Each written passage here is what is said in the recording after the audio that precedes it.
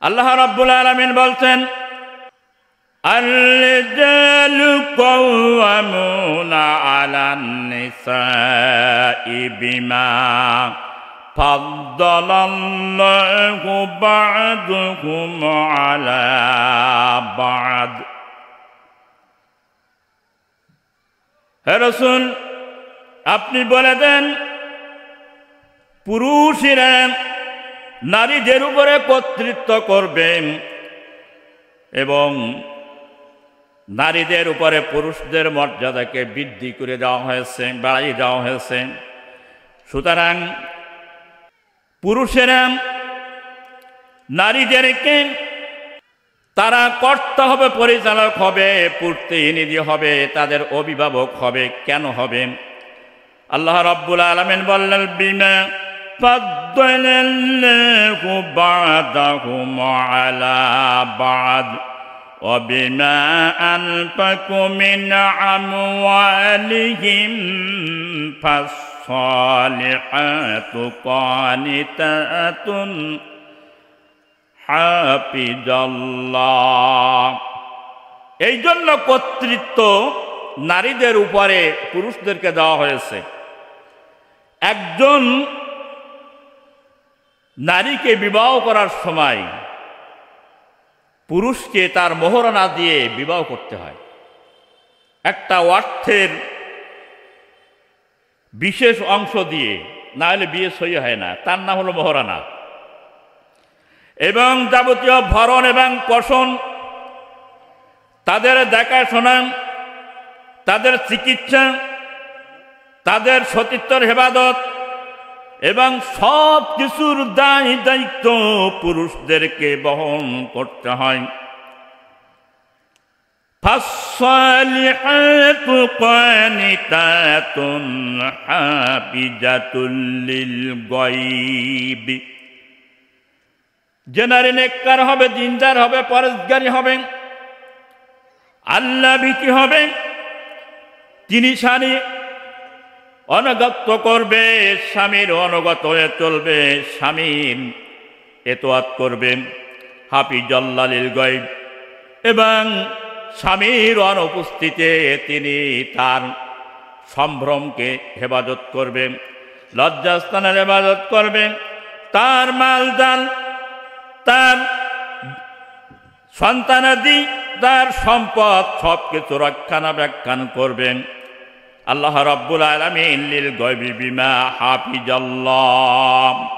আল্লাহ পাক নারীদেরকে পুরুষের অধীনস্থ করে দিয়েছেন, যে পুরুষের নেতৃত্বে তারা চলবে, অনুগত করে চলবে। নেককার নারীরা যারা নেককার হবে, তাদের এভাবে তাদেরকে চলতে হবে। আল্লাহ বিধান শিখিয়ে দিয়েছেন। পৃথিবীতে আদম আলাইহিস সালাম থেকে শেষ নবী মুহাম্মদ রাসূলুল্লাহ সাল্লাল্লাহু আলাইহি সাল্লাম পর্যন্ত কোন নারী কি নবী আসছে? আসি নাই। নবী আসি নাই, রসুল আসি নাই। কোন নারীকে মহামনীষী বানাই তৈরি করে আল্লাহ পাঠান নাই। কোন নারীকে ইমামতির দায়িত্ব দেওয়া হয় নাই। কোন নারীকে এমন ধরনের পুরুষের উপরে কর্তৃত্ব করার অধিকার ইসলাম কোনো জায়গায় দেন নাই। নারীদেরকে পুরুষের অধীনস্থ করে দিয়েছেন। নারীর মর্যাদা, নারীর সম্মান, নারীর সতীত্ব তারাই হেফাজত করবে। এই জন্য নারীর নেতৃত্ব এটা সম্পূর্ণ ইসলাম এটা হারাম করে দিয়েছেন।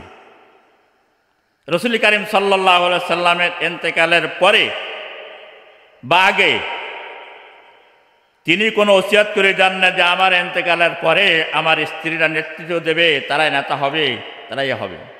কিন্তু দুঃখজনক হলো সত্য, এই জাতির ভাগ্য খুবই খারাপ।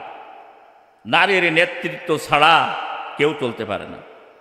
আর নারীর নেতৃত্ব সম্পূর্ণ এটা ইসলাম এটা হারাম করে দিয়েছেন।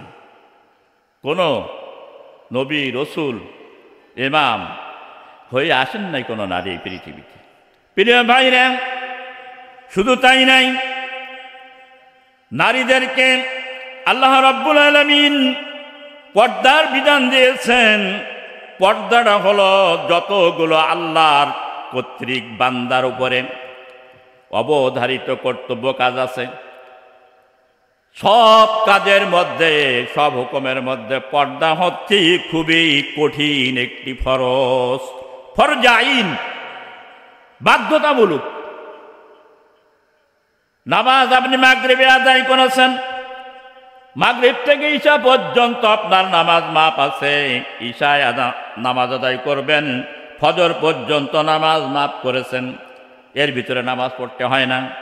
নফল পড়লে আপনি পড়তে পারেন। আবার ফজরের নামাজ থেকে জোহর পর্যন্ত মাঝে মাঝে বিরতি আছে, কিন্তু পর্দা কিন্তু আল্লাহ পাক হর হামেশা সকল সময় কিন্তু এই পর্দাটা ফরজ করে দিয়েছেন, এটা মাপ নাই। এই জন্য আল্লাহ রাব্বুল আলামিন নবীজিকে বলে দিচ্ছেন, আমার হাবিব সূরাতুল আহজাবের 59 নম্বর আয়াতে বলছেন, ইয়া আইয়ুহান নাবিয়্যু কুল লিআজওয়াজিকা ওয়া বানাতিকা ওয়া নিসাইল মুমিনিন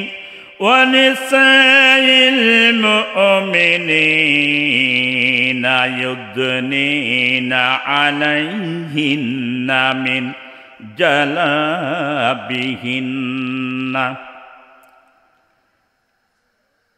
ইয়া আইয়ুহান নবী, আল্লাহ পাক ডাকছেন, আমার হাবিব, আমার নবী, আপনার পত্নী অর্থাৎ আপনার স্ত্রীদেরকে, অবানাতিকা আপনার মেয়েদেরকে, ওয়া নিসাইল মুমিনিন এবং ঈমানদার নারীদেরকে আপনি বলে দেন, তারা যেন মুমিনিনা যারা ঈমানদার নারী, ইউদনিনা আলাইহিন্না মিন জালাবিহিন্না, তারা যেন তাদের অন্যকে বক্ষস্থলে যেন ঝুলায় দেয়, হিজাব যেন তারা করে। পর্দার অর্থ হচ্ছে হিজাব, সুতরাং এই পর্দা যেন তারা করে চলে। বর্তমান যুগের প্রেক্ষাপটে অর্ধলঙ্গ নারীরা, সুতরাং আল্লাহ পাক বলছেন, নবীর পরে নির্দেশ করে দিলেন যে আপনার স্ত্রীদেরকে আপনি পর্দার বিধান করুন, নির্দেশ দেন, আপনার মেয়েদের পর্দার নির্দেশ দিন এবং মোমেন নারীদেরকে পর্দার নির্দেশ দিয়ে দিন, তারা যেন পর্দা করে। বন্ধুরা আমার, আপনি আমি কোন তরিকার মুসলমান বুঝতে হবে। যার স্ত্রী পর্দার মধ্যে থাকে না, ওর ধার্মিকতায় কোনো কাজ হবে না। ও যদি মক্কা শরীফের ইমাম যদি হয় আর মসজিদের মোতালি যদি হয়, মসজিদের ইমাম যদি হয়, কোনো লাভ হবে না। তাহাজ্জুদ পড়তে পড়তে কপাল যদি কেলাই ফেলায়, পর্দা না থাকলে, তার স্ত্রী, মেয়েরা, সন্তানেরাও পর্দা যদি না থাকে, কোনো ইবাদত আল্লাহর দরবারে আর কবুল হবে না, কিছুই কবুল হবে না। ও দায়ুস, স্ত্রীও দায়ুস। হাদিস থেকে শোনাব, ওয়ান উম্মে সালমা রাদিয়াল্লাহু তাআলা قال قال رسول الله صلى الله عليه وسلم, হাদিসটা বর্ণনা করা হয়েছে হযরত উম্মে সালমা রাদিয়াল্লাহু তাআলা আনহা বর্ণনা করেছেন। বিশ্ব নবী বসে আছেন, ওনার সামনে উম্মে সালমা এবং মাইমুনা দুইজন স্ত্রী বসে আছেন। এমন সময় উম্মে মাকতুম নামে একজন অন্ধ সাহাবী আসলেন। তিনি চোখে দেখতে পান না, অন্ধ। আল্লাহর নবী বললেন, যাও তোমরা পর্দার মধ্যে চলে যাও। স্ত্রীরা বলছেন, ইয়া রাসূলুল্লাহ, ইয়া হাবিবাল্লাহ, উনি তো অন্ধ, আমাদের তো দেখতে পায় না। আল্লাহর নবী বললেন, হুয়া আলাইসা হুয়া আমা লা ইবসিরুনা, উনি তো অন্ধ, উনি তো তোমাদের দেখতে পায় না, কিন্তু তোমরা কেউ অন্ধ যে তোমরা কি তার দেখতে পাও না? তোমরা তো দেখতে পাচ্ছ, উনি নয় অন্ধ। তাহলে এখানে কি বোঝা গেল? পুরুষের জন্য যেমন পর্দার বিধান, নারীদের জন্য আল্লাহ রাব্বুল আলামিন এইরকম পর্দাকে বাধ্যতামূলক করে দিয়েছেন। সূরাতুল মোমেন আয়াত নম্বর হচ্ছে 31। আল্লাহ রাব্বুল আলামিন মোমেনদেরকে বলে যাচ্ছেন, আজকে ভাইরা যারা সমাজের কম মুত্তাকিন, আলেম, পরেজগার, নামাজি, দিনদার, খেয়াল করে শুনে রাখেন, আল্লাহর কোরআনের কথা পৃথিবীতে একটা চুল পরিমাণ কেউ পরিবর্তন করতে পারেনি আর পারবে না। পৃথিবীর সব কথাগুলো মিথ্যা হতে পারে, কিন্তু আল্লাহর মিথ্যা হবে না। কুল্লিল মুমিনিনা ইয়াগুদ্দু মিন আবসারিহিম ওয়া ইয়াহফাযু ফুরুজাহুম যালিকা আসকালাকুম ইন্নাল্লাহা খবীরুম বিমা ইয়াসনাউন। আমার হাবিব মোমেন পুরুষদেরকে বলে দিন, তারা যেন তাদের নিজ নিজ দৃষ্টিকে পর নারী থেকে, গায়রে মরম নারী থেকে যেন তারা নিম্নগামী করে এবং তারা যেন তাদের লজ্জা স্থানের হেফাজত করেন। আল্লাহ রাব্বুল আলামিন এর মধ্যে তাদের জন্য কল্যাণ রেখে দিয়েছেন। ইন্নাল্লাহা খবীরুম বিমা ইয়াসনাউন। আল্লাহ তাআলা তিনি সব কিছু জানেন, তিনি ওয়াকিফাল আছেন, তিনি অবগত আছেন মানুষের মনের অন্তরের গোপন স্থানে নির্জনে বসে যদি মানুষ কল্পনা করে, তাও আল্লাহ আলিম বিজাতি সুদূর, আল্লাহ সিনার খবরও রাখেন। এই জন্য পুরুষের কল্যাণের জন্য বলছে যে গায়রে মহরম নারী যারা আছে পুরুষেরা পর্দা করবে। গায়রে মহরম নারী কারা বোঝেন নাই? 14 জন মহরম নারী। আমি অনেক সময় বুঝাইছি, আমার নসিহতের ভিতরে আছে, ভিডিও আছে, দেখে নেবেন, যে 14 জন নারীকে বিবাহ করা আল্লাহ হারাম করে দিয়েছেন। যেমন মা, বোন, খালা, মেয়ে, পদি, প্রত্যেক কোরআনে কারিমের মধ্যে আছে, সূরা নিসা। এই 14 জন বিবাহ করা হারাম, বিবাহ করতে পারবে না। এদের সঙ্গে যদি মুখোমুখি কথা কয়, সামনে যায় বা আসে, গোনা হবে না, কারণ মনের ভিতরে কোনো কল্পনা জল্পনা জাগবে না। এই 14 জনের বাইরে যত নারী আছে, এই নারীদের দিকে কোনো পুরুষকে, মোমেন পুরুষকে আল্লাহ দৃষ্টিপাত করতে নিষেধ করেছেন, তার দৃষ্টিকে নিম্নগামী করতে বলেছেন আল্লাহ, লজ্জাস্থানের হেফাজত করতে বলেছেন। সুতরাং নারীদেরকে বলা হচ্ছে, আল্লাহ পাক মোমেন নারীদেরকে বলছেন, ওয়াকুল্লিল মুমিনাতি ইয়াকুদুনা মিন আবসারিহিন্না ওয়া ইয়াহফাজনা ফুরুজাহুন্না ওয়া লা ইউদনিনা দীনাতাহুন্না ইল্লা মা জাহারা মিনহা। আমার হাবিব মোমেন নারীদেরকে বলে দেন, তারা যেন নিজ নিজ দৃষ্টিকে যেন তারা নিম্নগামী করে গায়রে মরম পুরুষ থেকে। গায়রে মরম পুরুষ যে পুরুষের সঙ্গে বিবাহ করা জায়েজ আছে, এরা হচ্ছে গায়রে মহরম পুরুষ।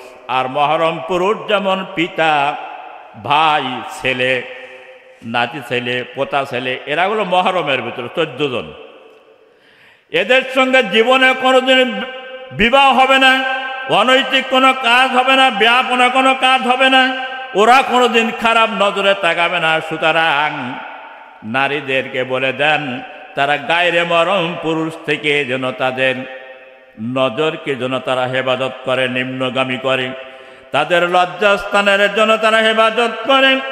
আল্লাহ তাআলা নারীর দেহের ভিতরে যে সৌন্দর্য দিয়েছে, এই সৌন্দর্যকে তারা প্রকাশ যেন না করে, তারা যেন হেজাব করে এবং তাদের বক্ষস্থলে কাঁধের উপরে যেন তারা কাপড় ব্যবহার করে, শুধু বোরকা নাই।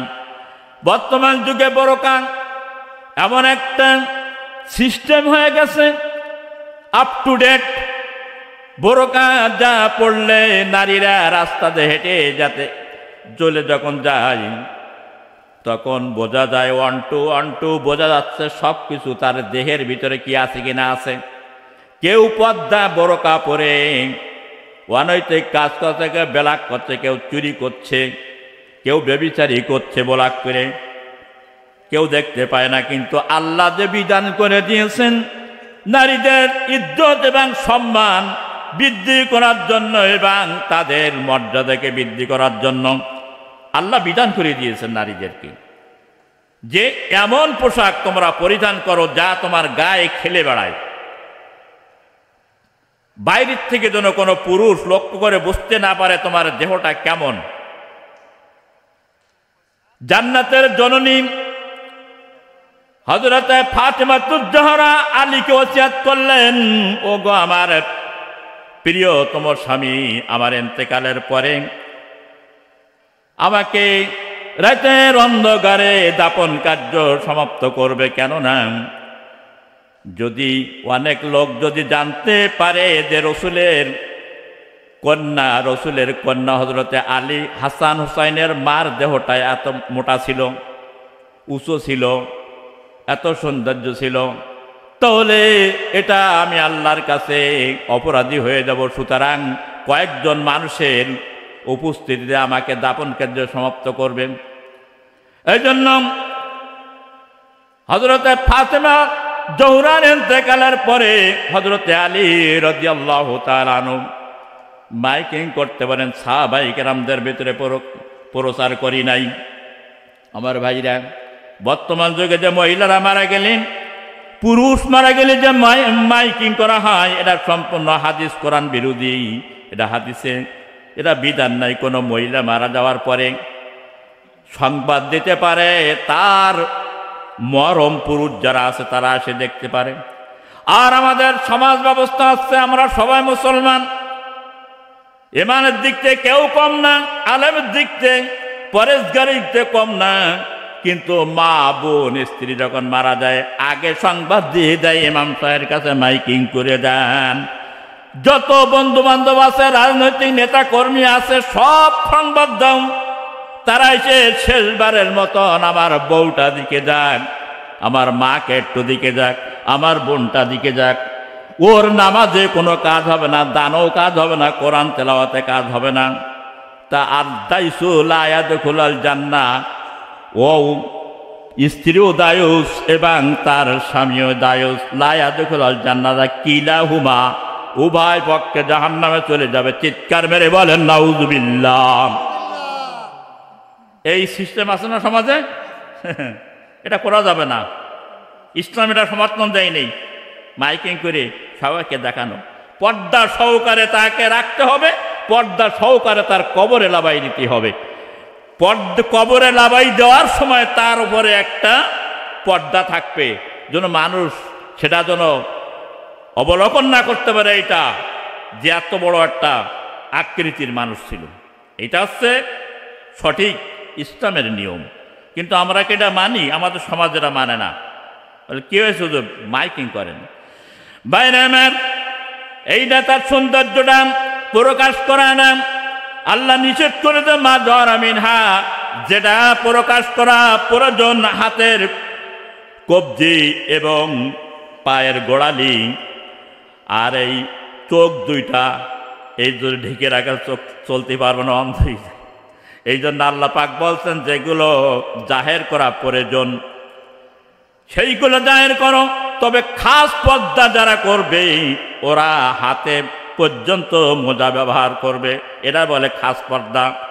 আর আম পর্দা হলো হাত দেখতে পাবে, চোখ দেখতে পাবে, পাও দেখতে পাবে, সাধারণ পর্দা। রাসূল কারীম সাল্লাল্লাহু আলাইহি ওয়াসাল্লাম স্ত্রী ছিলেন কয়েকজন? 13 জন। 11 জন ছিলেন বিবাহিত আর 2 জন ছিলেন দাসী। সুবিয়াকে যখন বিবাহ করেছিলেন, বুখারী শরীফের হাদিস, বুখারী শরীফের 5085 নম্বর হাদিসের কথা আমি বলছি। আল্লাহর নবী একটা ওলিমার অনুষ্ঠান করলেন সাহাবীদের নিয়ে। সাহাবীরা আসছেন খাওয়ার জন্য, 3 প্রকারের ব্যবস্থা করলেন, খেজুর এবং হালুয়া। হযরত আনাস রাদিয়াল্লাহু তাআলা হাদিসটা বর্ণনা করেছেন। সাহাবীরা আস্তে আস্তে আসছেন, এখন পিছনে যারা আসছেন ওরা বলছেন যে, সাহাবীরা বলা বলি করছেন যে আল্লাহর নবী তো বিবাহ করলেন সুবিয়াকে, উনাকে আমরা কি বলে সম্বোধন করব, মা না দাসী? তো বলছে শোনেন, আমরা যদি যেয়ে তাকে দেখতে যদি পাই, তার মুখ যদি দেখতে পাই, তাহলে মনে করব দাসী। আর যদি তার মুখ যদি না দেখতে পাই, তাহলে আমরা মনে করব যা উম্মুল মুমিনিন, অর্থাৎ উম্মতের মা। চিৎকার মেরে বলেন সুবহানাল্লাহ। কি বললেন? যদি রসুলের স্ত্রীর মুখ যদি দেখা যায়, তাহলে মনে করতে হবে দাসী, আমরা মা বলে সম্বোধন করব না। আর যদি মুখ না দেখা যায়, তাহলে উম্মতের মা। আমার ভাইরা, আমার বন্ধুরা, আমরা যে নারী নিয়ে বসবাস করি, সবার সঙ্গে মুখ দেখা, এগুলো কিন্তু এরা কিন্তু দাসী, এরা কিন্তু আমাদের স্ত্রী না, দাসী। আরব দেশে যে দাসী বিক্রি হতো, দাসী, বউ হচ্ছে হচ্ছে তাই, আর স্বামী আর স্ত্রী হচ্ছে তারাই সঠিক, যার স্ত্রীকে যে পর্দার মধ্যে রেখেছেন, পরপুরুষের সঙ্গে দেখা করতে দেয় না। হযরত রাসূল কারীম সাল্লাল্লাহু আলাইহি ওয়াসাল্লাম ইন্তেকাল করলেন, মা আয়েশার কাঁধের পরে মাথা দিয়ে শুয়ে আছেন। সাহাবীরা শুনলেন হযরতে আবু বকর সিদ্দিক রাদিয়াল্লাহু তাআলা আনহু, হযরতে আয়েশার পিতা, তিনি দেখার জন্য গেলেন। আল্লাহর নবীর যে বাকি স্ত্রী ছিলেন, তারা সবাই কিন্তু বসে আছে ঘরে। হযরতে আয়েশা সিদ্দিকা রাদিয়াল্লাহু তাআলা আনহা, তিনি মুখটা খুলে রেখেছেন, আমার আব্বা আসছে। আর ওনার বাকি যে স্ত্রীগুলো, রাসূল কারীম সাল্লাল্লাহু আলাইহি ওয়াসাল্লামের স্ত্রী যারা ছিলেন, অর্থাৎ আয়েশার সতীন যাকে বলা হয়, ওনারা কিন্তু মুখ সব ঢেকে ফেলেছেন। সতীনের আব্বা কি হয়? কথা বলেন, বাপ হয় না? সতীনের আব্বা আমাদের আব্বা হয়, তারও আব্বা না? কিন্তু হযরত আবু বকর যাওয়ার পরে সব স্ত্রীরা মুখ ঢেকে ফেললেন, শুধু আয়েশা নিজের কলিজার টুকরা কন্যা, তিনি কেবল মুখ খুলে রাখলেন। আল্লাহু আকবার। পর্দা কাকে বলে? রাসূল তা শিখাই দিয়ে গেছেন দুনিয়ার মানুষদেরকে। ও মহিলারা, তোমাদের গরিমাসির মতন অবস্থা কেন? তোমাদের ইফতিজিন করে কেন? তোমাদের ধর্ষণ করে কেন? তোমাদের স্বামী পিটাই কেন? তোমরা ইসলাম বলে আজকে 500 যে আদর্শ তাই গ্রহণ করেছো। ইউরোপ আমেরিকার মেয়েদের মতন তোমরাও অর্ধলঙ্গ। আর ওই যে সভ্যতা যারা আমেরিকাতে শিখাতে আসে নারীদেরকে, আমাদের সভ্যতা শিখায় এই দেশে এসে যে নারীদেরকে অধিকার দিতে হবে পুরুষের সমান। কেন পুরুষের সমান অধিকার মানুষ দেবে কেন? পুরুষ মানুষের আর মহিলা মানুষের দুইটা সম্প্রদায় আল্লাহ সৃষ্টি করেছেন, কিন্তু তাদের ভিতরে বৈষম্য আছে না? সৃষ্টিগত দিক থেকে দেখেন আপনি, পুরুষের দাড়ি আছে, নারীর কি দাড়ি আছে নাকি? পুরুষের লিঙ্গ আর নারীর লিঙ্গকে ঠিক? পুরুষের চুল আর নারীর চুল কি ঠিক? পুরুষের গঠন আর নারীর গঠনকে ঠিক? পুরুষদেরকে নামাজ কোনো সময় মাপ নেই, অজ্ঞান না হইলে নারীদের 7 দিন মাপ আছে। তাহলে বৈষম্য আছে না? সৃষ্টিগত দিক থেকে, নামাজের দিক থেকে, সব দিক থেকে বৈষম্য আছে, কিন্তু আমলের ক্ষেত্রে বৈষম্য নেই। আল্লাহ রাব্বুল আলামিন কোরআনে কারিমের মধ্যে বলেছেন, সূরাতুন নাহল 96 নম্বর আয়াতে আল্লাহ পাক বলতেন, মান আমিলা সালিহান মিন যাকারিন আও উনসা وهو مؤمن فلنحيينه حياة طيبة। সূরা নাহলের ভিতরে আল্লাহ পাক বলছেন, যদি কোনো নারী বা কোনো পুরুষ যদি নেক আমল করে, সৎকর্ম যদি সম্পাদন করে, তাহলে তারা নেকি পাবে, সমান, কোনো কমা নাই, কমতি নাই। সুতরাং আমি তার বিনিময় তার আনন্দের জীবন, তার এবং পবিত্র জীবন তাকে দান করব। চিৎকার মেরে বলেন সুবহানাল্লাহ। বাইরে আমার পুরুষরা জিহাদে যায়, নারীরা তাদের মাল সম্পদ এবং বাড়ি সন্তানদের রক্ষণাবেক্ষণ করে। পুরুষেরা যে নেকি পাবে, নারীরাও সেই নেকি পাবে। কোন সুবহানাল্লাহ। পুরুষেরা মসজিদে নামাজ পড়তে যায়, নারীরা বাড়ি তাদেরকে সম্পদের হেফাজত করে। ওরা যে সওয়াব পাবে, এরাই তাই সওয়াব পাবে। সওয়াবের দিক থেকে নেকির দিক থেকে কম নাই।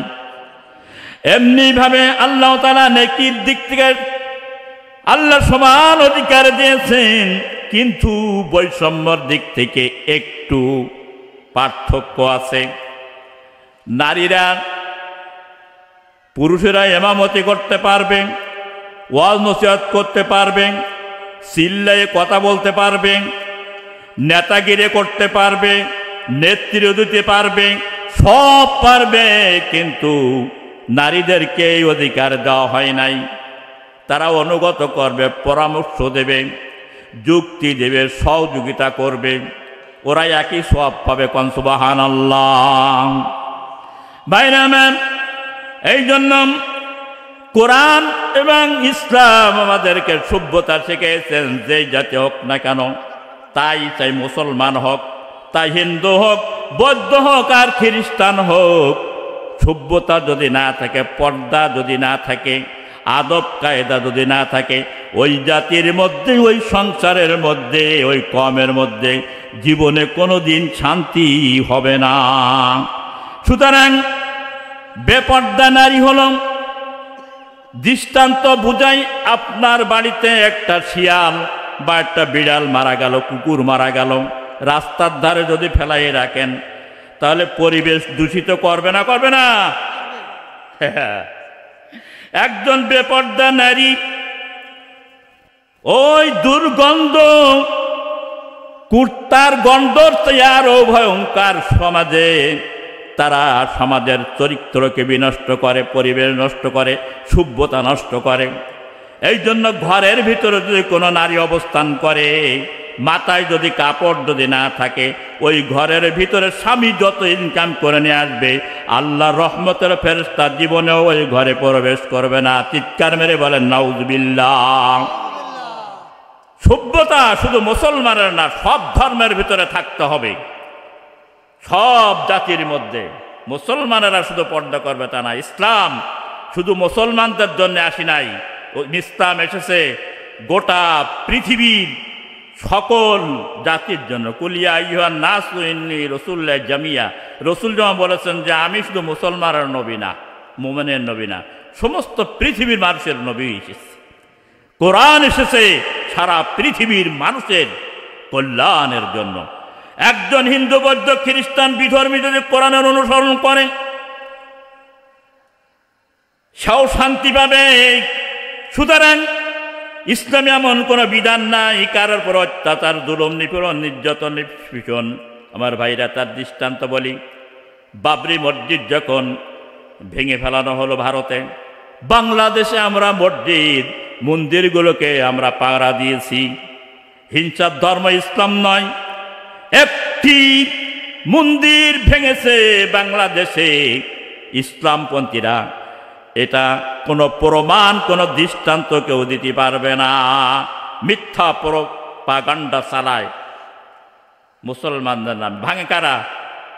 এক শ্রেণীরা আছে হিন্দু এবং মুসলমানদের ভিতরে বৈষম্য সৃষ্টি করার জন্য, ভ্রাতৃত্ব নষ্ট করার জন্য তারা এগুলো করে, দেখায়। কিন্তু ইসলাম আমাদের আর শিখায় নাই।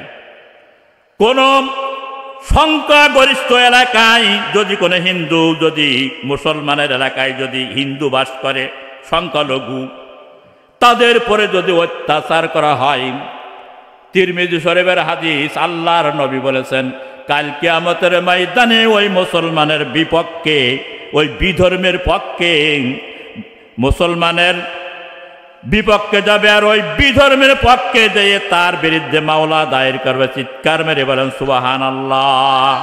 ইসলাম এটা শিখাইছে, কোরআন বাইবেলেরা শিখায় নাই, মহাভারতে শিখায় নাই, রামায়ণে শিখায় নাই।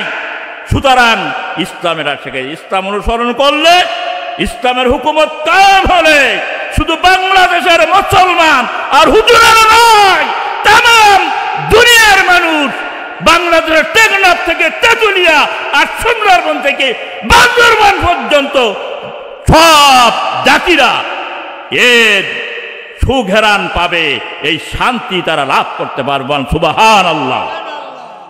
ভাইরা আমার, ইসলাম মেনে দেখো তার ভিতরে শান্তি আছে কিনা, না মানলে শান্তি নেই। এই জন্য ভাইরা বলি, পর্দা সম্পর্কে আরো বিধান এসেছে। ওয়ান ইবনে মাসউদ রাদিয়াল্লাহু তাআলা قال قال رسول الله صلى الله عليه وسلم أن امرأته عورة فإذا خرجت استرب الشيطان رواه الترمذي। তিরমিজি শরীফের হাদিস, হযরত ইবনে মাসউদ রাদিয়াল্লাহু তাআলা হাদিসটা বর্ণনা করেছেন, যদি কোনো নারী পর্দা ছাড়া বাইর হয় বেহাপনা ভাবে, উলঙ্গ ভাবে, তাহলে পরপুরুষের সামনে শয়তান তাদের সৌন্দর্যকে আরো বৃদ্ধি করে দেয়, দুইজনের মাঝে আগুন জ্বালাই দেয়, আগুন জ্বালাই দেয় ইশকের আগুন। শুধুমাত্র প্র্যাকটিক্যালে কেউ যদি জেনা করে, এটা জেনা নয়, চোখের জেনা, হাতের জেনা, মনের কল্পনার জেনা, মস্তিষ্কের চিন্তা ভাবনার জেনা, আর প্র্যাকটিক্যালের জেনা, সবই জেনার ভিতরে গণ্য। সুতরাং নারীদেরকে বলা হচ্ছে তোমরা বেহাপনা ভাবে এভাবে তোমরা বাইর হও না, কারণ নারী এমন একটা সম্পদ, পৃথিবীর শ্রেষ্ঠ সম্পদ। হাদিসটা শোনাবো পরে। ওয়াকরনা ফি বুয়ুতিকুন্না ওয়ালা তাবাররাজনা তাবাররুজাল জাহিলিয়াতিল উলা। আল্লাহ রাব্বুল আলামিন সূরা আহজাব 33 নম্বর আয়াতে বলছেন, ও দুনিয়ার মহিলারা, তোমরা শুনে রাখো, জাহেলের যুগের মতন বেহাপনা ভাবে, নির্লজ্জ ভাবে, উলঙ্গপনা ভাবে তোমরা খোলামেলা ভাবে বেড়ায়ো না। কারণ জাহেলিয়াতের যুগে নারীদের অবস্থা ছিল খুবই করুণ।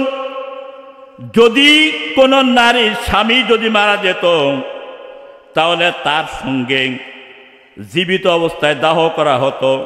মেয়ে সন্তান যদি জন্মগ্রহণ করত, সমাজে মুখ দেখানো যাবে না, সম্মান চলে যাবে। এই জন্য তারা জীবিত অবস্থায় তাদেরকে কবর দেওয়া হতো। একজন একাধিক বিবাহ করত, নারীর কোনো খোঁজ নিত না। ভাইরা আমার, বন্ধুরা আমার, ও নারী মা বোনেরা, খেয়াল করে শুনে রাখুন। কিন্তু ইসলাম আসার পরে নারীর মর্যাদা দেখেন বাড়াই দিয়েছে কত। মোহর ছাড়া বিয়ে হবে না, পর্দায় রাখতে হবে, ভরণ পোষণ দিতে হবে, সতীত্বের হেফাজত করতে হবে, নারীর অসুগলি সেবা করতে হবে। তার কারণ ওই সময় চেনা যায় স্বামীকে, যখন স্ত্রী অসুস্থ হয়ে যায়, যে স্বামী ভালো না মন্দ। আর স্ত্রীকে ওই সময় চেনা যায় যখন স্বামী গরিব হয়ে যায়, স্ত্রী দিনদার কিনা চিনতে পারবে। গরিব হয়ে গেলি, স্বামীর ধনসম্পদ না থাকে। সন্তান চেনা যায় ওই সময় পিতামাতা বৃদ্ধ হয়ে গেলে সন্তান চেনে নেওয়া, আতর রূপ তাদেরকে দেখে নেওয়া যায়। বন্ধু বান্ধব চেনা যায় কে অন্তরঙ্গ। যদি আপনি কোনো বিপদে পড়েন, তখন চিনতে পারেন যে প্র্যাকটিক্যালে বন্ধু কিনা। ভাইরা আমার, এই জন্য ইসলাম সব শেখাইছেন। এই নারীদের বলছে জাহিলিয়াতের যুগের মতন তোমরা বেহাপনা ভাবে চলো না। সূরা আহজাবের 33 নম্বর আয়াত। এরপরে আল্লাহ পাক বলছেন ওয়ালা তাবাররুনা তাবারুজাল জাহিলিয়াতিল উলাম জাহিলু আকিমিনাস সালাত ওয়া আকিমিনাস সালাত, তোমরা নামাজ প্রতিষ্ঠা করো, ওয়া আতিনাজ যাকাত, এবং তোমরা যাকাত প্রদান করো, কারণ ওয়াতিনাল্লাহ ওয়া রাসূলাহু, এবং আল্লাহ এবং আল্লাহ রসুলকে তোমরা ইতাআত করে চলো। চিৎকার মেরে বলেন সুবহানাল্লাহ।